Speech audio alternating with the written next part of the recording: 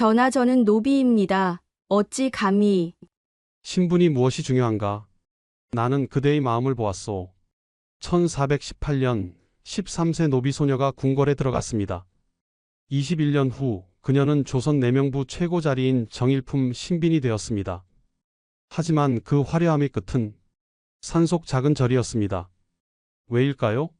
세종대왕은 왜 노비를 정일품까지 올렸을까요? 그리고 그녀는 왜 모든 것을 버렸을까요? 1464년 가을 경기도 어느 산자락에 자리한 작은 절. 단풍잎이 바람에 흩날리는 조용한 오후였습니다. 하늘은 높고 푸르렀고 산은 온통 붉은 단풍으로 물들어 있었습니다. 절 마당에는 국화가 피어 있었고 어디선가 새소리가 들려왔습니다. 한 비구니가 누워 있었습니다. 59세의 나이. 깎은 머리는 하얗게 새었고 얼굴에는 세월의 흔적이 깊이 새겨져 있었습니다. 하지만 그 얼굴은 평온했습니다. 마치 오랜 여행을 마치고 고향에 돌아온 사람처럼. 그녀의 숨소리가 점점 가늘어지고 있었습니다. 방 안에는 6명의 장성한 남자들이 무릎을 꿇고 있었습니다. 모두 왕자의 신분입니다. 계양군은 38세, 의창군은 37세, 밀성군은 35세, 익현군은 34세, 영해군은 30세였습니다. 5명의 아들들, 모두 훌륭한 관직을 가지고 있었고 자식들도 있었으며 세상에서 존경받는 사람들이었습니다.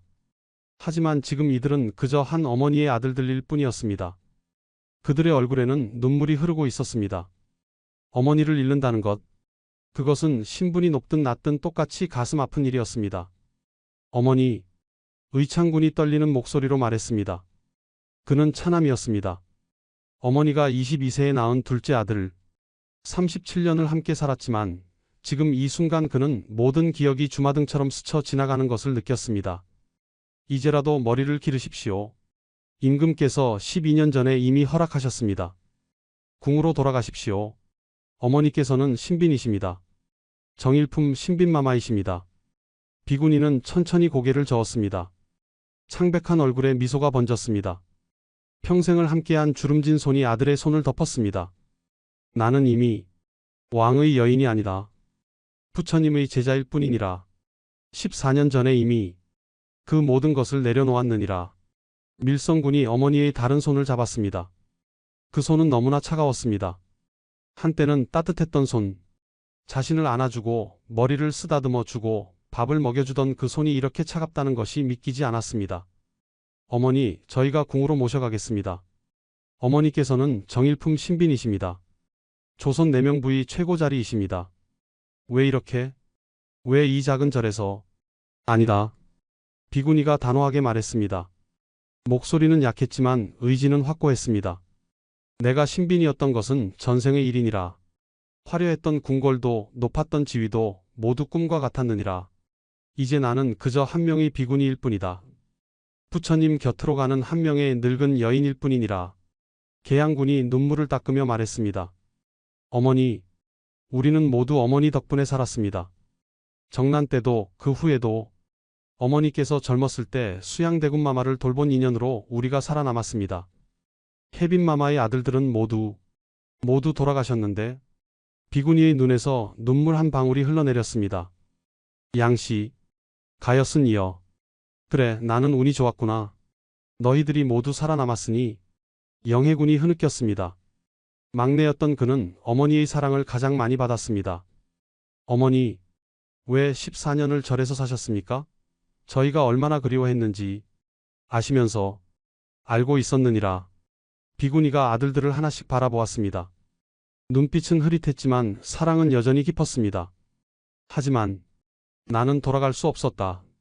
전하가 계시지 않은 궁궐, 마마가 계시지 않은 중궁전, 담양이가 뛰어놀지 않는 뜰, 그곳은 이미 내가 있을 곳이 아니었느니라.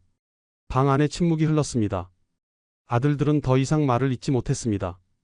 어머니의 마음을 이제야 알 것 같았습니다. 누가 상상이나 했을까요? 이 조용히 눈을 감아가는 비구니가 바로 조선 최고의 신데렐라였다는 것을. 내자시의 여종에서 정일품 신빈까지, 노비에서 조선 내명부의 최고 자리까지 올랐던 유일무이한 여인이었다는 것을. 그녀는 세종대왕의 후궁이었습니다.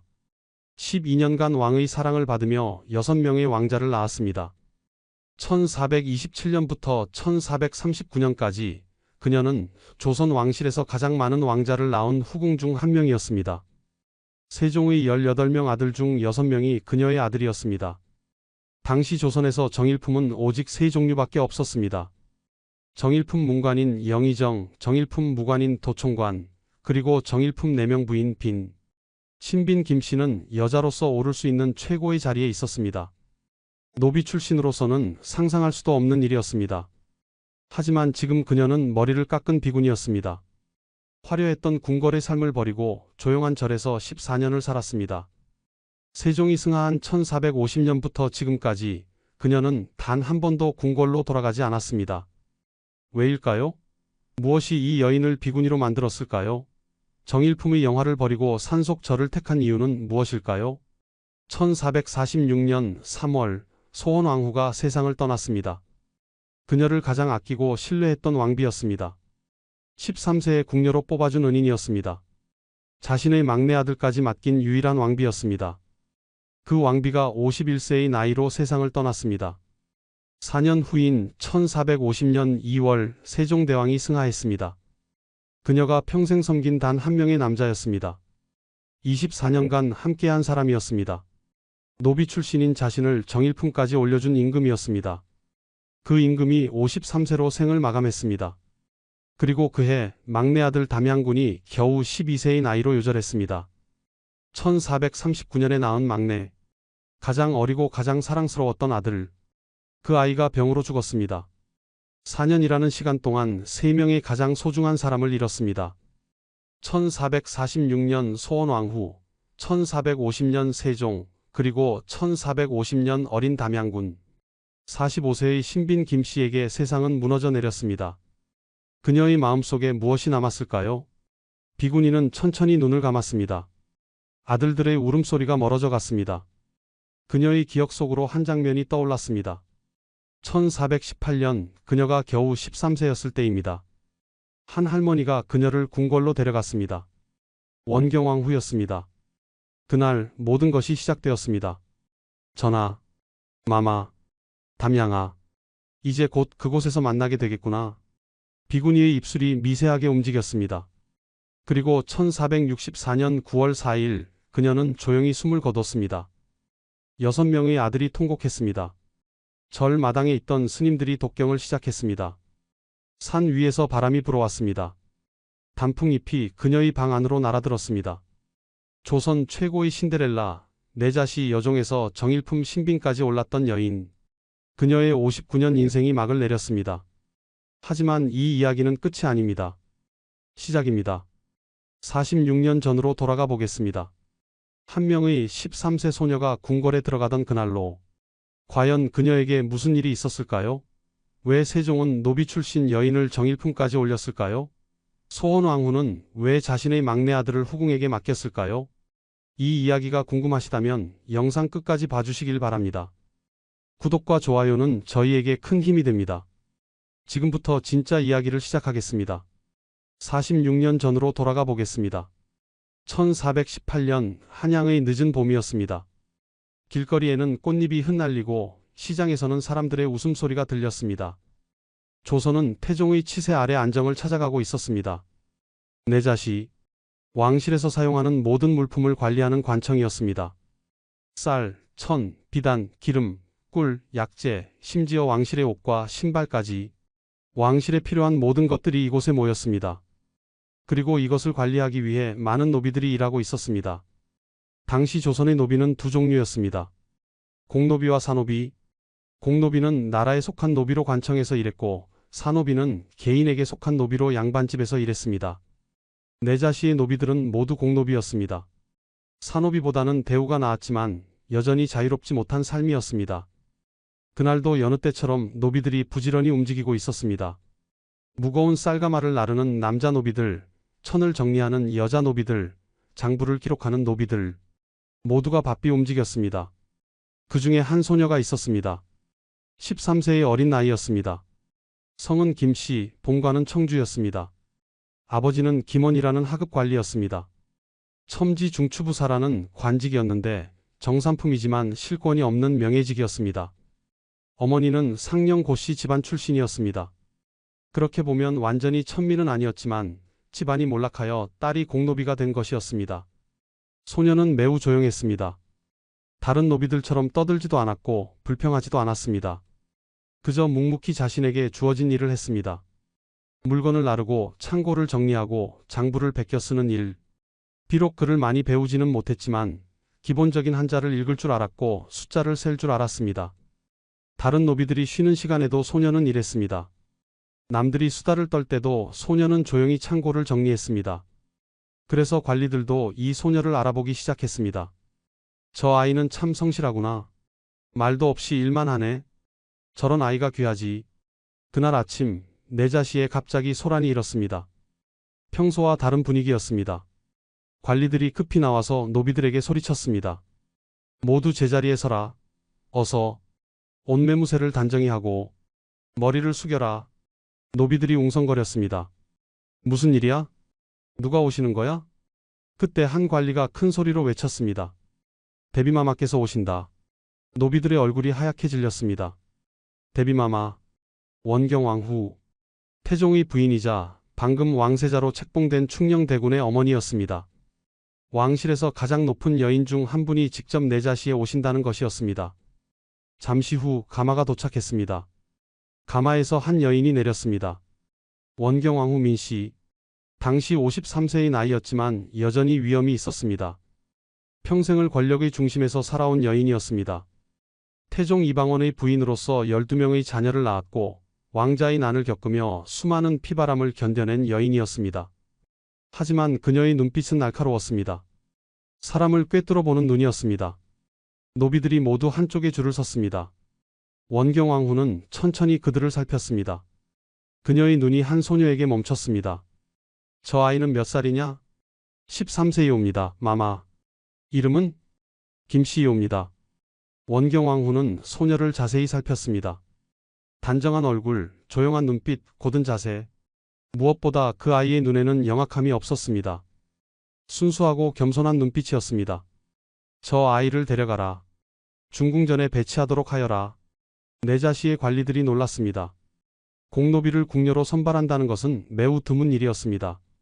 하지만 원경왕후의 명령은 절대적이었습니다. 소녀는 그날로 궁궐에 들어갔습니다. 그녀가 배치된 곳은 소원왕후의 처소였습니다.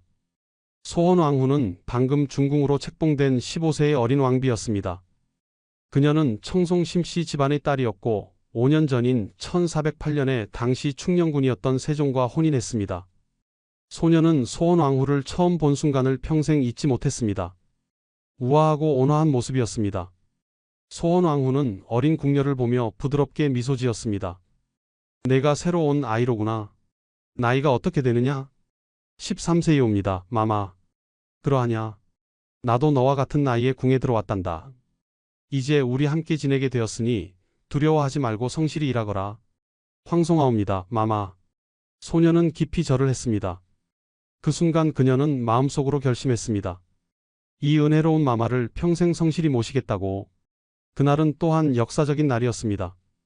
1418년 8월 11일 충녕대군이 조선의 제4대 왕으로 즉위했습니다.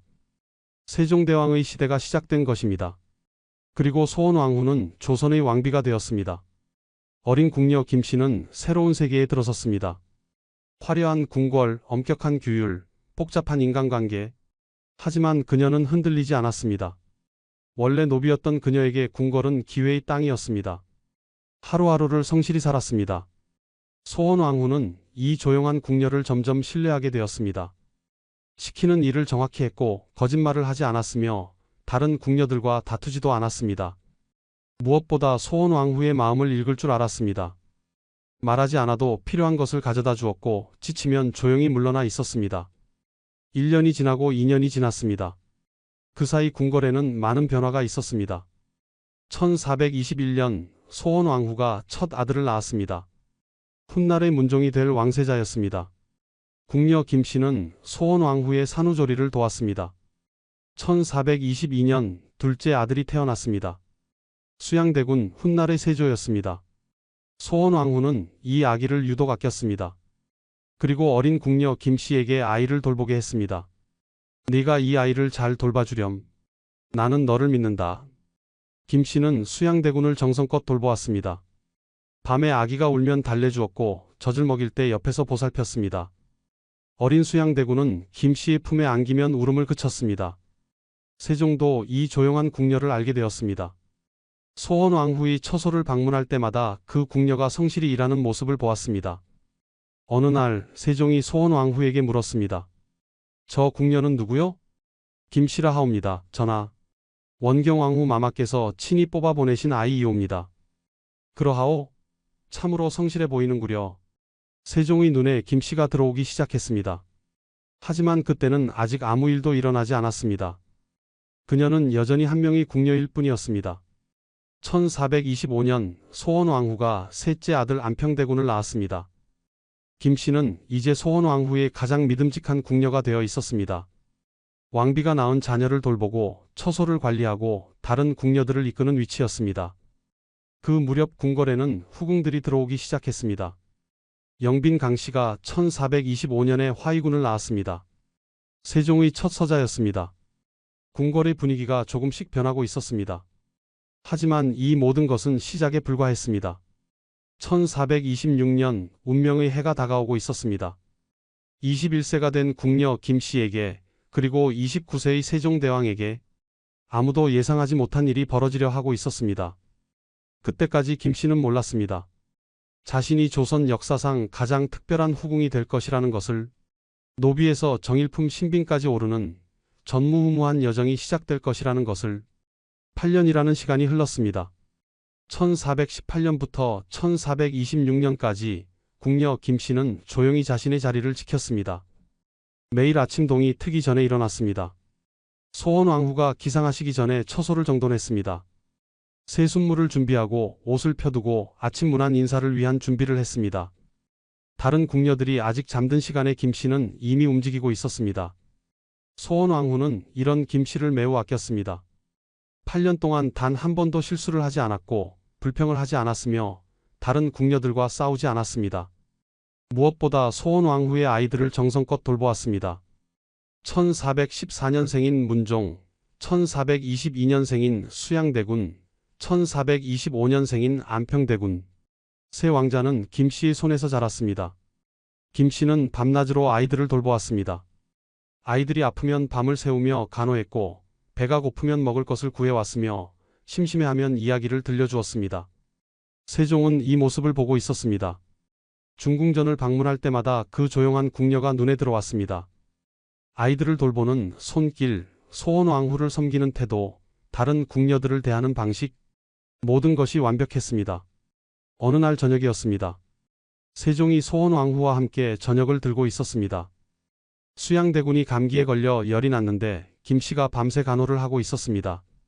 세종이 아이의 처소로 가보니 김씨가 젖은 수건으로 아이의 이마를 닦아주고 있었습니다.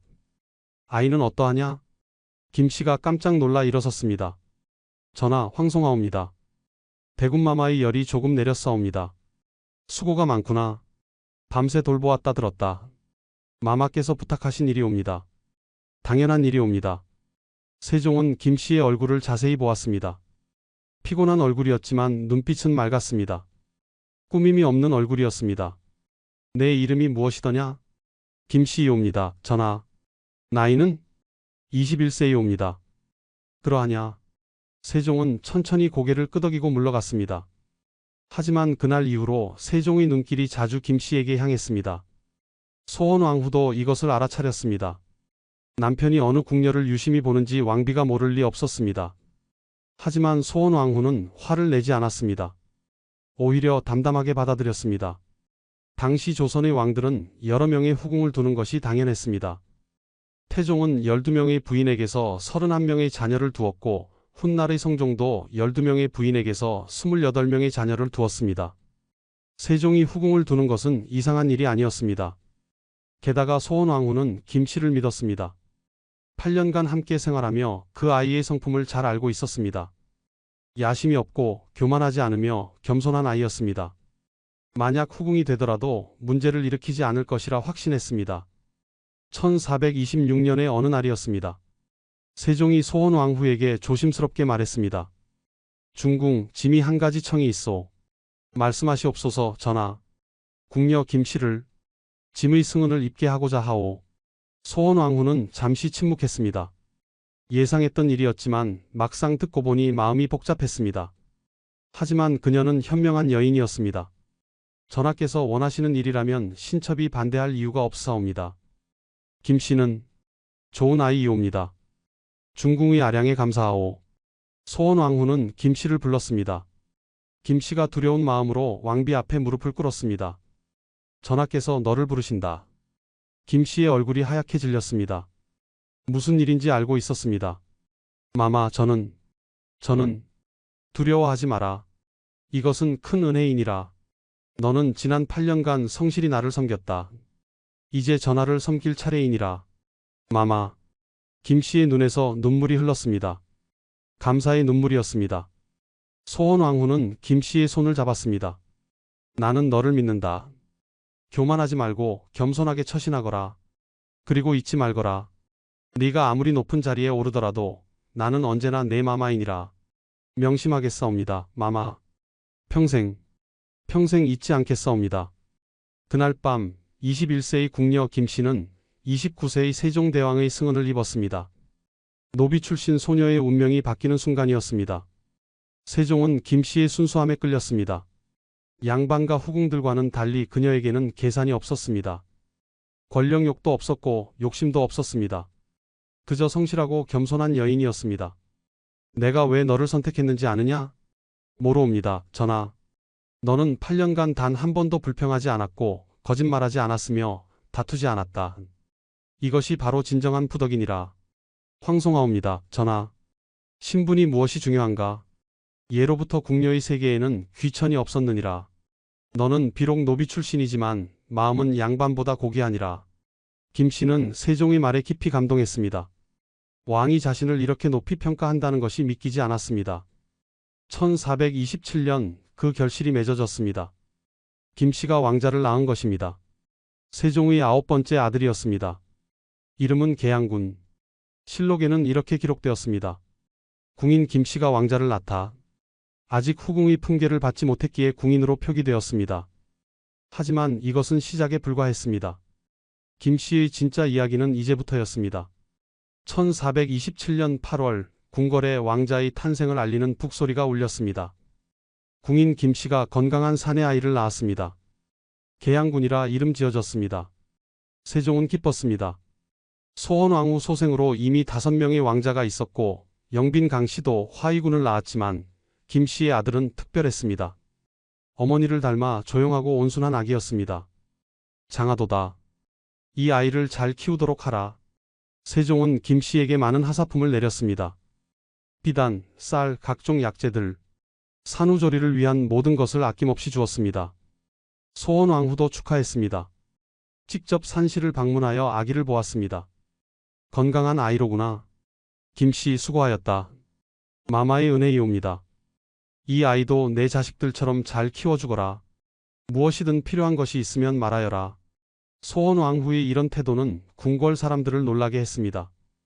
왕비가 후궁의 출산을 축하하는 것은 예의상 당연한 일이지만 이렇게까지 배려하는 것은 흔한 일이 아니었습니다. 김씨는 더욱 조심스러워졌습니다. 소원왕후의 은혜를 잊지 않기 위해 매일 중궁전에 문안을 갔습니다. 다른 후궁들은 자신의 처소에서 지내는 경우가 많았지만 김씨는 달랐습니다. 여전히 소원왕후를 섬겼습니다. 김씨, 내가 후궁이 되었는데도 여전히 나를 이렇게 섬기느냐? 마마, 신첩은 마마의 궁녀였사옵니다. 그것은 변하지 않았사옵니다. 소원왕후는 깊이 감동했습니다. 이 아이는 정말 특별했습니다. 1428년 김씨가 또다시 왕자를 낳았습니다. 의창군이었습니다. 세종은 더욱 기뻐했습니다. 또 아들이로다. 김씨는 과연 복을 타고났구나. 두 아들을 연속으로 낳은 김씨의 위치가 조금씩 달라지기 시작했습니다. 다른 후궁들의 시선이 날카로워졌습니다. 특히 양반가 출신 후궁들은 노비 출신인 김씨를 깔보았습니다. 저 여자가 무엇이라고 전하의 총애를 저렇게 받는가? 노비 주제에 건방지게. 하지만 김씨는 전혀 개의치 않았습니다. 자신을 비난하는 후궁들에게도 언제나 공손하게 대했습니다. 절대 맞서 싸우지 않았습니다. 이것이 바로 소원왕후가 가르친 처세술이었습니다. 김씨, 누군가 너를 비난하거든 절대 맞서 싸우지 마라. 그저 겸손하게 고개 숙이고 지나가거라. 시간이 지나면 모든 것이 드러나느니라. 명심하겠사옵니다, 마마. 1430년 세 번째 왕자가 태어났습니다. 밀성군이었습니다. 이제 궁궐 사람들이 웅성거리기 시작했습니다. 김씨가 3년에 3명의 왕자를 낳았다더라. 전하께서 정말 총애하시는 모양이다. 하지만 아직 품계도 없지 않은가? 맞는 말이었습니다. 김씨는 3명의 왕자를 낳았지만 아직 정식 후궁의 품계를 받지 못했습니다. 궁인이라는 신분이었습니다. 세종은 이것을 고민하고 있었습니다. 김씨에게 품계를 주고 싶었지만 신하들의 반대가 예상되었습니다. 노비 출신을 후궁으로 정식 책봉한다는 것은 전례가 거의 없는 일이었기 때문입니다. 1431년 네 번째 왕자가 태어났습니다. 익형군이었습니다. 4년간 4명의 아들. 이것은 놀라운 일이었습니다. 세종은 더 이상 참을 수 없었습니다. 어느 날 도승지 김돈을 불렀습니다. 김돈, 짐이 한 가지 의논할 일이 있다. 말씀하시옵소서, 전하. 궁인 김씨를 후궁으로 책봉하고자 한다. 소이나 수건의 품계를 주고 싶은데 그대는 어찌 생각하느냐? 김돈은 잠시 고민했습니다. 노비 출신을 후궁으로 책봉하는 것은 분명 논란이 될 일이었습니다. 하지만 세종의 의지가 확고했고 무엇보다 김씨는 4명의 왕자를 낳았습니다. 전하, 신이 감히 여쭙겠사옵니다. 김씨의 행실은 어떠하옵니까? 매우 훌륭하다. 겸손하고 성실하며 중궁을 공경하고 다른 후궁들과도 화목하게 지낸다. 무엇보다 왕자들을 정성껏 키우고 있다. 그렇다면 신은 반대할 이유가 없사옵니다. 예로부터 궁녀의 신분에는 귀천이 없었사옵니다. 김씨가 비록 노비 출신이나 이미 4명의 왕자를 낳았고 행실도 바르니 후궁으로 책봉함이 마땅하옵니다. 세종은 기뻤습니다. 신하의 동의를 얻은 것입니다. 그렇다면 정의품 소위로 책봉하도록 하라. 이렇게 해서 김씨는 드디어 정식 후궁이 되었습니다. 소위 김씨, 노비에서 정의품까지 올라온 것입니다. 하지만 이것은 끝이 아니었습니다. 김씨의 상승은 계속되었습니다. 소위로 책봉된 후에도 김씨의 삶은 변하지 않았습니다. 여전히 겸손했고 여전히 소원왕후를 섬겼으며 여전히 성실했습니다. 1435년 5번째 아들이 태어났습니다. 영해군이었습니다. 이제 세종과 김씨 사이에는 5명의 아들이 있었습니다. 세종의 총애는 더욱 깊어졌습니다. 김씨와 함께 있을 때 세종은 편안함을 느꼈습니다. 그녀는 아무것도 요구하지 않았습니다. 권력을 탐하지도 않았고 자식들을 위해 무리한 부탁을 하지도 않았습니다. 그저 조용히 왕을 섬기고 아이들을 키우고 소원왕후를 공경했습니다. 어느 날 소원왕후가 김씨를 불렀습니다. 김씨, 내가 한 가지 부탁이 있다. 말씀하시옵소서, 마마. 내 막내 아들 영응대군을 내가 돌봐주었으면 한다. 김씨는 깜짝 놀랐습니다. 영응대군은 소원왕후의 막내 아들이었습니다. 왕비가 자신의 친아들을 후궁에게 맡긴다는 것은 매우 이례적인 일이었습니다. 마마, 그것은 신첩이 어찌 네가 아이들을 잘 돌본다는 것을 나는 안다. 수양대군도 내 손에서 자랐지 않느냐. 이제 영응도 내가 돌봐주거라. 황송하옵니다, 마마. 목숨을 다해 돌보겠사옵니다. 이것은 소원왕후의 깊은 신뢰를 보여주는 일이었습니다. 궁궐의 모든 사람들이 놀랐습니다. 왕비가 노비 출신 후궁을 이렇게 신뢰한다는 것이 믿기지 않았습니다. 김씨는 영응대군을 친자식처럼 돌보았습니다. 소원왕후의 아들과 자신의 아들들을 똑같이 대했습니다. 아니, 어쩌면 영응대군을 더 정성껏 돌보았는지도 모릅니다. 소원왕후의 은혜에 보답하기 위해서였습니다. 1437년 김씨의 장남 계양군이 혼인을 했습니다. 신부는 한학의 둘째 딸이었습니다. 한학은 당대 최고의 세도가였습니다. 그의 막내딸은 훗날 수양대군의 아들 예종의 비, 즉 인수대비가 되는 인물이었습니다. 이 혼인은 김씨 집안의 지위를 크게 높였습니다. 노비 출신 후궁의 아들이 조선 최고 명문가와 혼인한 것입니다. 세종의 배려가 있었기에 가능한 일이었습니다. 1439년 김씨가 마지막 아들을 낳았습니다. 담양군이었습니다. 6번째 아들이었습니다. 1427년부터 1439년까지 12년간 6명의 아들과 2명의 딸, 총 8명의 자녀를 낳은 것입니다. 세종은 결심했습니다. 이제 김씨를 최고의 자리에 올려야 한다고. 1439년 1월 세종이 다시 도승지 김돈을 불렀습니다. 김돈, 소위 김씨를 빈이나 귀인으로 승격시키고자 한다. 전하, 김씨의 출신이 천하지 않사옵니까? 그렇다. 하지만 들어보라. 세종이 천천히 말했습니다. 이 말은 나중에 실록에 그대로 기록되었습니다. 소인은 본래 내 자씨의 여종이었다.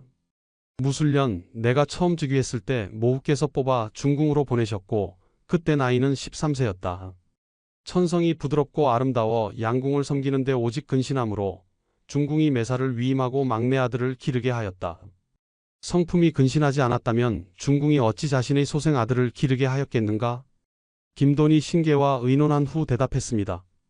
전하, 예로부터 궁녀의 세계에는 본래 귀천이 없었사옵니다. 김씨가 비록 천한 신분이었으나 13세부터 궁에 들어와 21년간 성실히 섬겼고 6명의 왕자를 낳았으며 왕비마마의 신임을 받고 있사옵니다. 귀인으로 승격시킴이 마땅하옵니다. 고맙다. 그렇다면 귀인으로 책봉하도록 하라. 이렇게 해서 김씨는 종일품 귀인이 되었습니다. 그리고 얼마 후 최종적으로 정일품 신빈으로 책봉되었습니다. 신빈, 4명 부의 최고 자리였습니다. 영의정과 같은 정일품이었습니다.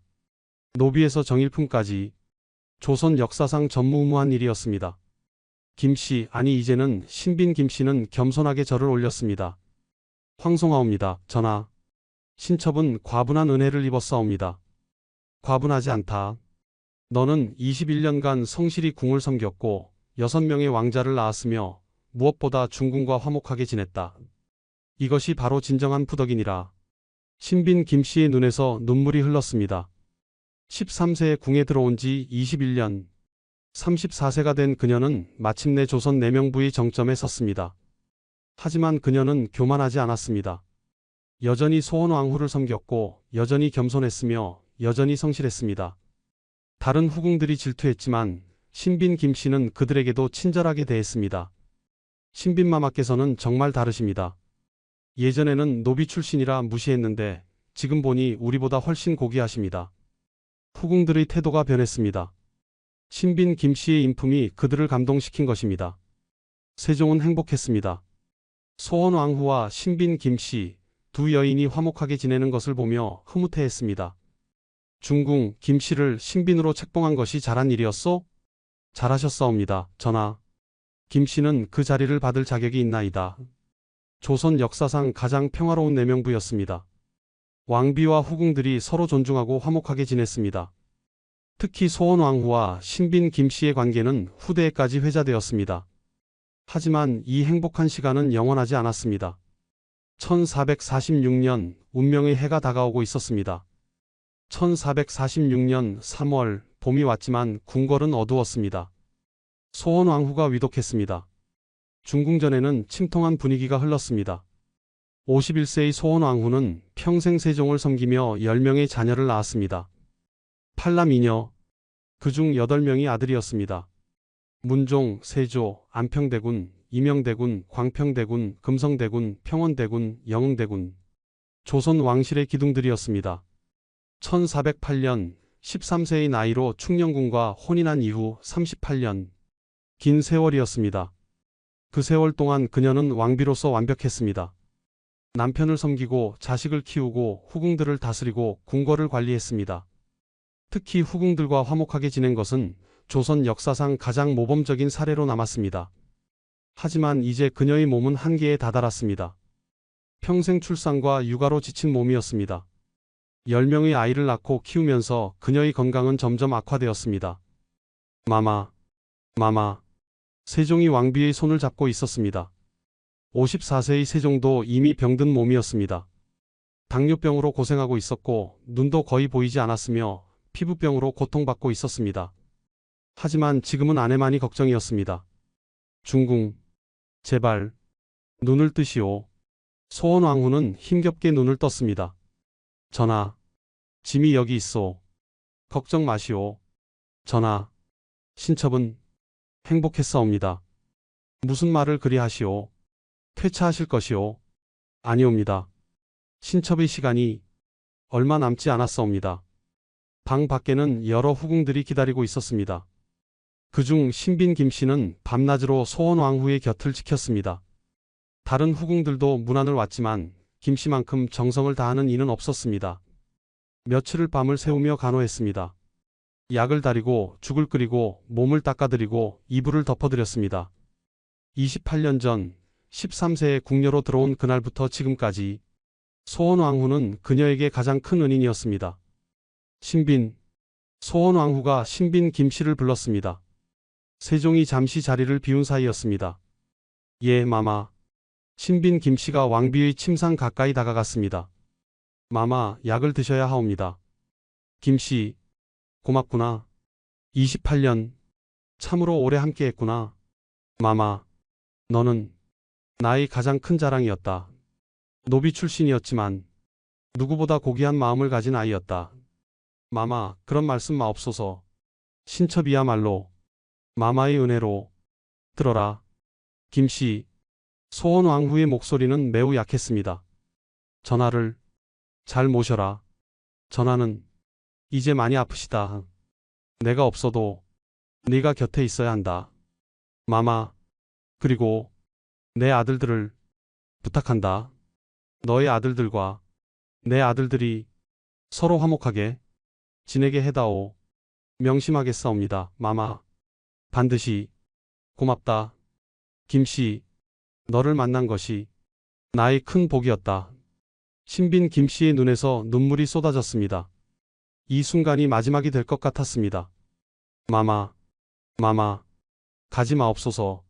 신첩을 두고 1446년 3월 24일 소원왕후가 승하했습니다. 세종과 38년을 함께한 반려자였습니다. 1408년 혼인한 이후 줄곧 함께였습니다.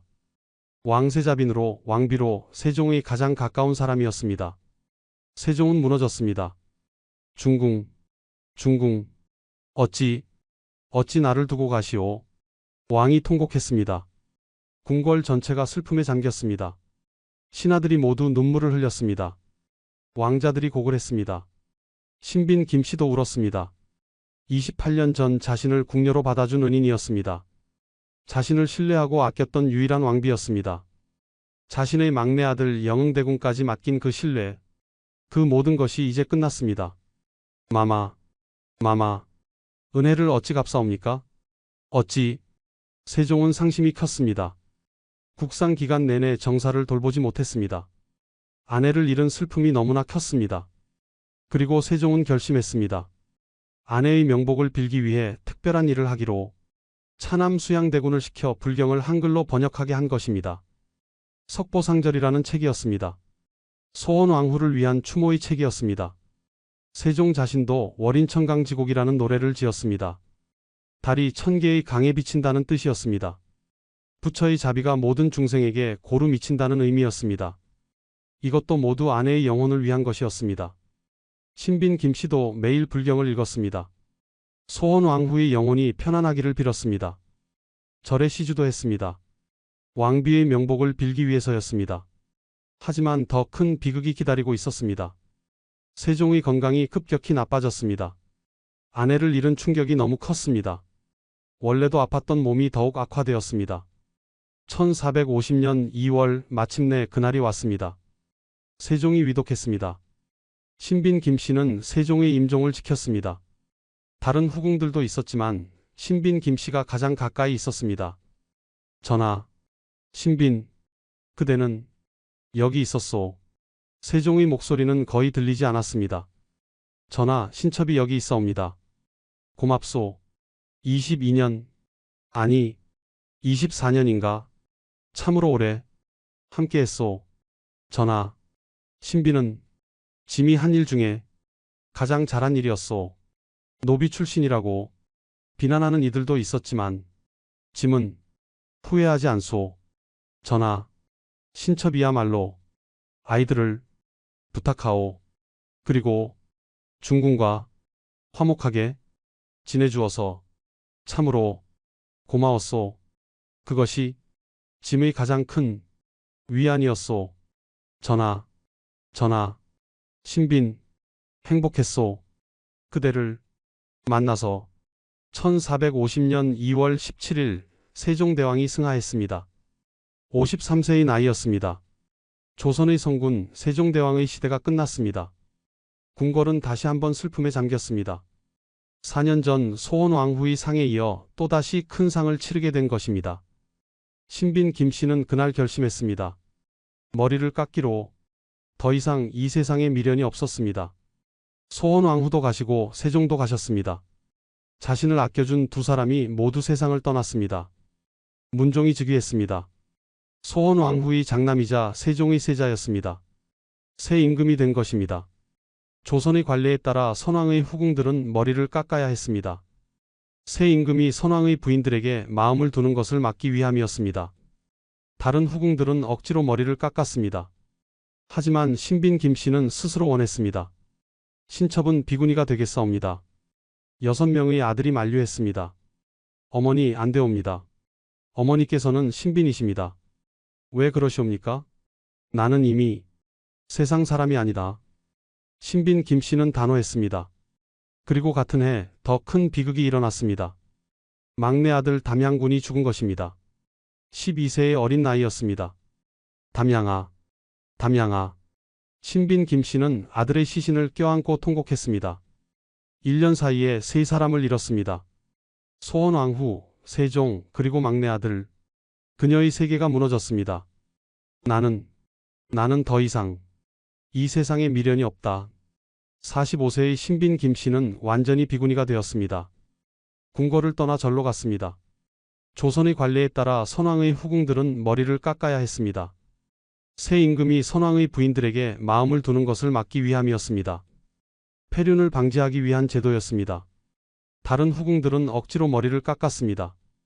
울면서 저항했지만 소용없었습니다. 관례는 절대적이었습니다. 하지만 신빈 김씨는 달랐습니다. 그녀는 스스로 원했습니다. 신첩은 비구니가 되겠사옵니다. 문종이 놀랐습니다.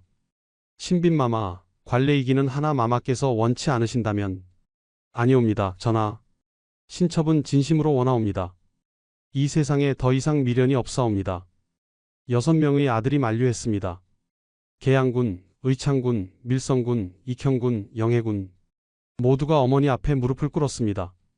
어머니 안 되옵니다. 저희가 있지 않사옵니까? 어머니께서는 신빈이십니다. 정일품이십니다. 왜 그러시옵니까? 신빈 김씨는 아들들을 하나씩 바라보았습니다. 너희들 모두 잘 자랐구나. 어머니의 자랑이다. 어머니, 하지만 나는 이미 세상 사람이 아니다.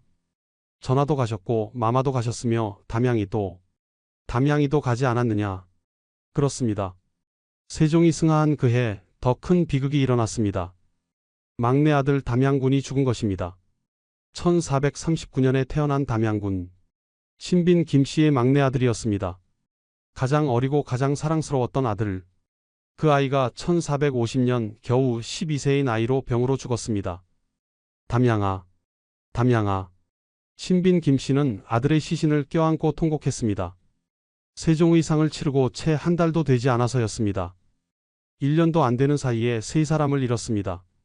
소원왕후, 세종, 그리고 막내 아들. 45세의 신빈 김씨에게 세계가 무너졌습니다. 나는 더 이상 이 세상에 미련이 없다. 그래서 그녀는 머리를 깎았습니다. 정일품 신빈의 자리를 버리고 비구니가 되었습니다. 궁궐을 떠나 절로 갔습니다. 경기도의 한 작은 절이었습니다. 산속 깊은 곳, 사람들의 발길이 드문 곳이었습니다. 처음 며칠은 아무것도 할 수 없었습니다. 그저 방 안에 앉아 눈물만 흘렸습니다. 소원왕후의 얼굴이 떠올랐습니다. 세종의 목소리가 들렸습니다. 담양군의 웃음소리가 귓가에 맴돌았습니다. 마마, 4년 전에 가셨지요. 전하, 오래 가셨지요. 담양아, 너도 4년, 1446년부터 1450년까지 그 4년 동안 그녀가 가장 사랑했던 세 사람이 모두 세상을 떠났습니다. 하지만 시간이 흐르면서 그녀는 조금씩 평온을 찾았습니다. 매일 새벽 예불을 드렸습니다. 부처님 앞에 무릎을 꿇고 절을 했습니다. 세 사람의 명복을 빌었습니다. 불경을 읽었습니다. 처음에는 이해하기 어려웠습니다. 하지만 스님들의 설명을 들으며 조금씩 깨달았습니다. 인생 무상. 모든 것은 변한다. 집착하지 말라. 내려놓으라. 그래. 내려놓아야 하는구나. 특히 담양군을 위한 경문을 인쇄하고 싶었습니다. 12세에 죽은 어린 아들. 그 아이의 영혼이라도 편안하기를 바랐습니다. 문종이 이 소식을 듣고 쌀 500석을 내렸습니다. 경문 인쇄 비용으로 쓰라는 것이었습니다. 막대한 양이었습니다. 신하들이 비판했습니다. 전하, 국고를 낭비하시옵니까? 선왕의 후궁을 위해 그토록 많은 쌀을 내리시다니. 더구나 담양군은 서자이옵니다. 이렇게까지 하실 필요가. 하지만 문종은 단호했습니다. 담양군은 짐의 서재이시다. 비록 서자이나 선왕의 아들이시다. 신빈마마는 짐의 서모이시되 어린 시절 짐을 돌봐주셨다. 당연한 일이 아니냐? 문종의 이런 배려는 신빈 김씨가 소원왕후의 아들들을 정성껏 돌본 덕분이었습니다. 문종도 세조도 모두 어린 시절 신빈 김씨의 손에서 자랐습니다. 신빈 김씨는 그 쌀로 담양군을 위한 경문을 인쇄했습니다. 수천 권을 찍어 전국의 절에 나눠주었습니다. 아들의 명복을 비는 어머니의 마음이었습니다. 1452년 단종이 즉위했습니다. 문종이 재위 2년 만에 승하한 것입니다. 12세의 어린 임금이었습니다. 소원왕후의 손자이자 문종의 아들이었습니다. 신빈 김씨의 차남 의창군이 단종을 아련했습니다.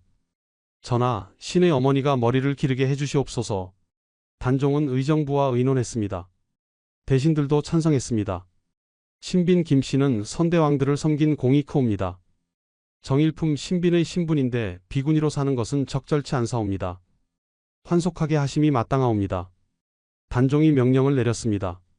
신빈 김씨는 머리를 기르고 궁으로 돌아오라. 사신이 절로 왔습니다.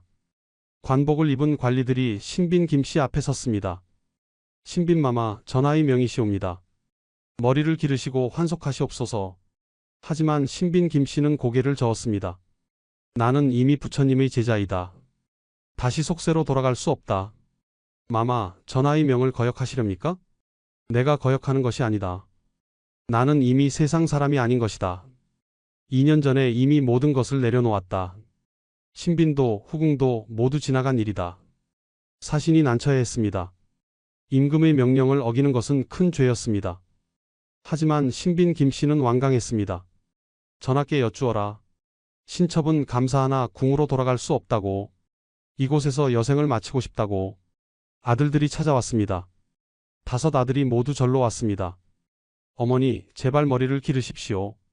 전하께서 명하셨사옵니다. 우리가 얼마나 걱정하는지 아십니까? 신빈 김씨는 아들들의 손을 잡았습니다. 너희는 내 자랑이다. 모두 훌륭하게 자랐구나. 계양이는 한왁대감의 사위가 되었고 의창이와 밀성이도 좋은 집안과 혼인했으며 이현이와 영애도 모두 잘 살고 있구나.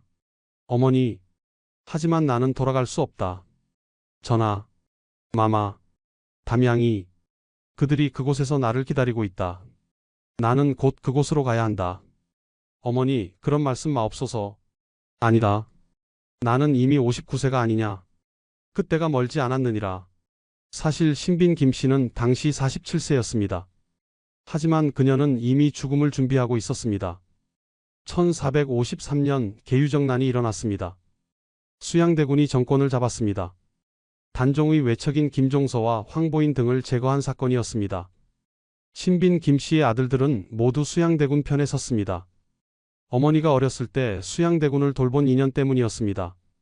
또한 계양군은 한왁의 사위였는데 한왁의 막내딸이 수양대군의 며느리인 수대비였으므로 더욱 가까운 관계였습니다. 계양군, 의창군, 밀성군, 익형군, 영해군 5 아들이 모두 정난공신이 되었습니다.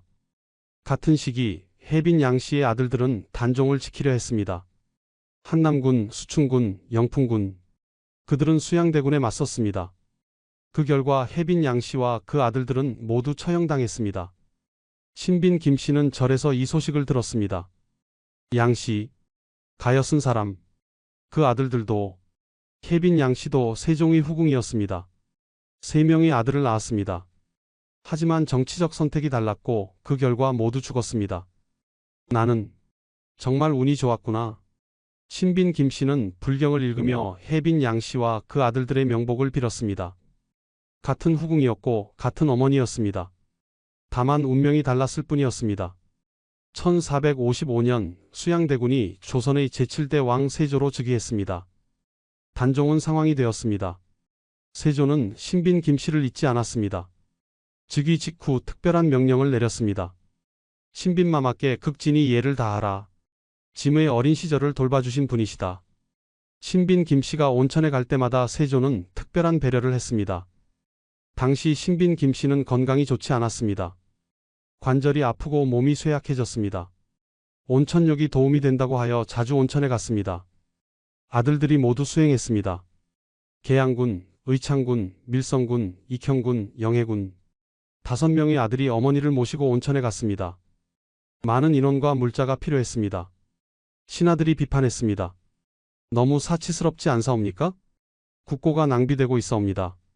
하지만 세조는 단호했습니다. 신빈마마는 선왕의 후궁이시다. 더구나 짐을 돌봐주신 분이시다. 온천행에 소홀함이 있어서는 안 된다. 지방 관찰사에게 명하여 최선을 다해 모시도록 하라. 밀성군이 경기도 남양주에 있는 묘적사에 크게 시주했습니다. 어머니의 원찰로 삼기 위해서였습니다. 사찰을 중창하고 불상을 새로 만들고 스님들의 생활을 지원했습니다. 어머니를 오래 모시지 못한 것이 한스럽습니다. 이렇게라도 효도하고 싶습니다. 신빈 김씨는 묘적사에서 평화로운 시간을 보냈습니다. 손자 손녀들이 찾아왔습니다. 증손자들도 태어났습니다. 할머니, 마마, 아이들의 웃음소리가 절에 울려 퍼졌습니다. 신빈 김씨는 아이들을 보며 미소 지었습니다. 잘도 자랐구나. 너희 아버지가 어렸을 때 생각나는구나. 세월은 흘러 1460년대가 되었습니다. 신빈 김씨는 이미 50대 후반이었습니다. 당시로서는 상당한 고령이었습니다. 건강이 점점 나빠졌습니다. 움직이기 힘들었고 식사도 제대로 못했습니다. 하지만 그녀는 여전히 매일 예불을 드렸습니다. 불경을 읽었습니다. 아들들이 자주 찾아왔습니다. 하지만 신빈 김씨는 말했습니다. 너무 자주 오지 마라. 너희도 바쁘지 않느냐. 어머니, 무슨 말씀을. 나는 괜찮다. 부처님께서 함께 계신다. 1464년 가을이 왔습니다. 신빈 김씨는 자신의 시간이 다 되었음을 알았습니다. 이제 곧 만나게 되겠구나. 전하, 마마, 담양아.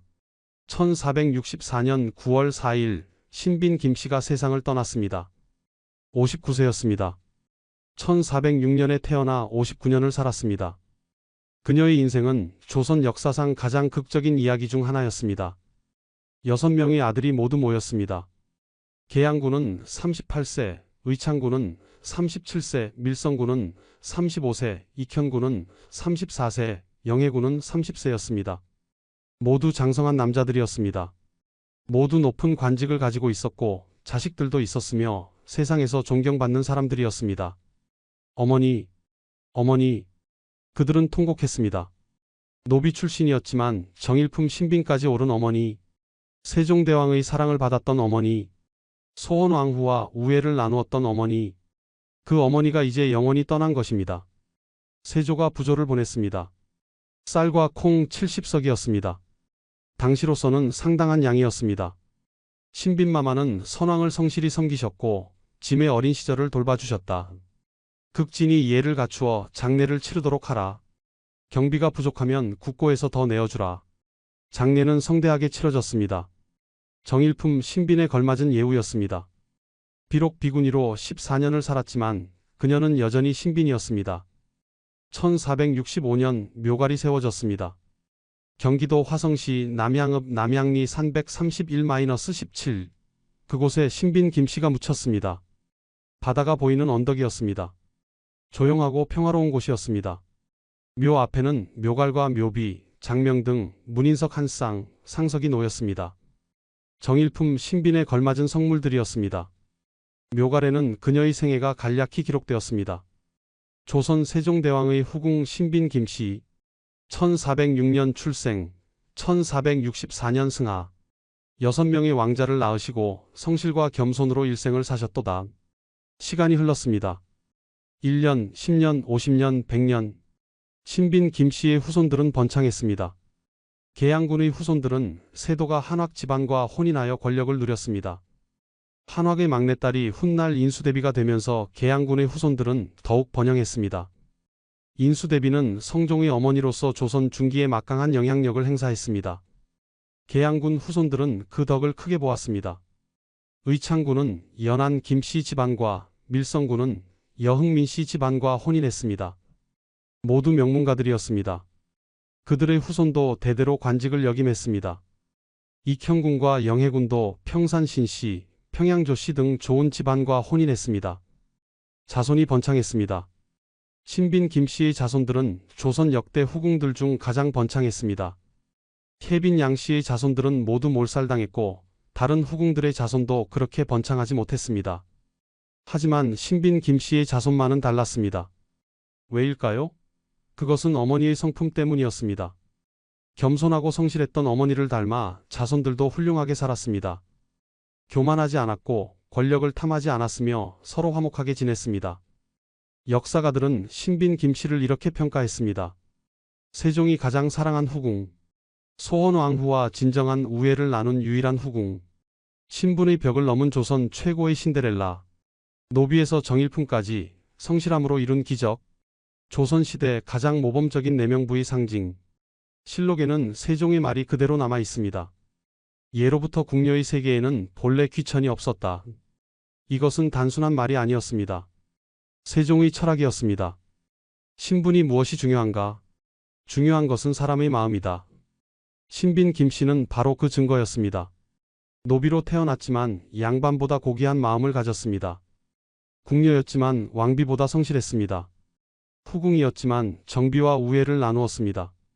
신빈이었지만 교만하지 않았습니다. 세종은 바로 이것을 본 것입니다. 겉모습이 아니라 마음을, 신분이 아니라 인품을, 그래서 노비 출신 여인을 정일품까지 올린 것입니다. 그리고 소원왕후, 그녀도 위대한 여인이었습니다. 자신의 남편이 후궁을 사랑하는 것을 질투하지 않았습니다. 오히려 그 후궁을 신뢰하고 아꼈습니다. 심지어 자신의 막내 아들을 맡길 정도로 믿었습니다. 이것이 진정한 품격입니다. 질투하지 않고 시기하지 않고 상대를 인정하는 것. 소원왕후는 신빈 김씨의 인품을 알아보았습니다.